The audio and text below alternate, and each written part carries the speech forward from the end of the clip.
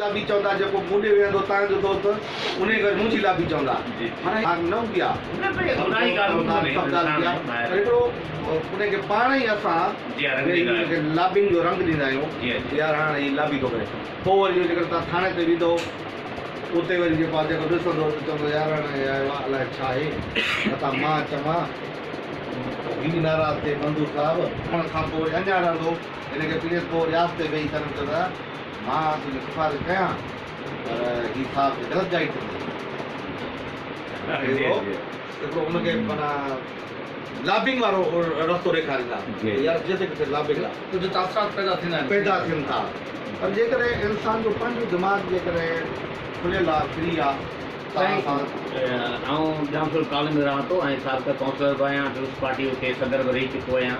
सरगर्मियुनि ते असांजो हिकु दोस्त आहे डॉक्टर मसूद मेमण उहो कासमाबाद में रहंदो आहे क्लिनिक वेचारी असांजी जामशोर कॉलोनी में आरबी कॉलोनी में क्लिनिक आहे तो कल्ह चए थो त आउं कासिम चौक खां वेठो आहियां जेको हेॾां पंहिंजी क्लिनिक लाइ पंहिंजे में जामशोर कॉलोनी अचण लाइ जे हुते रक्षा लाइ हिकिड़ा ॿ ॼणा बीठा हुजनि चइबा केॾां वञे जीअं जामशोर पार्टी वे हलूं था हीअं कटा कटा किरी पोइ पोयां ॼणा वेठा हुनखे विच में साईं हुनखे विहारियो विच में विहारियो हलंदा हलंदा थोरो अॻिते आया त हुनखे चई यार पोयां ॾिसबल आहे हिते को तेल जो दॿो त कोन्हे हुनखे हेॾा मथे करे हीअं करे उहो डॉक्टर चए त मूंखे केरु महिल चवंदे कीअं करे केरु महिल कीअं थोरी देरि में ख़बर पए त 9,000 रुपया मुंहिंजी खीसे मां कढी विहारिया अॻिते हली थोरो अॻिते विया त यार हेठि लो ॾिसो हुन कीअं आहे कीअं आउं हेठि लथुसि वरी किथे खणी विया वञनि हली पिया हलिया हुनखे डॉक्टर चयो त मूंखे ख़बर ई कोन्हे थी छा थी पोइ मूं घणा मुंहिंजा पैसा ई कोन्हे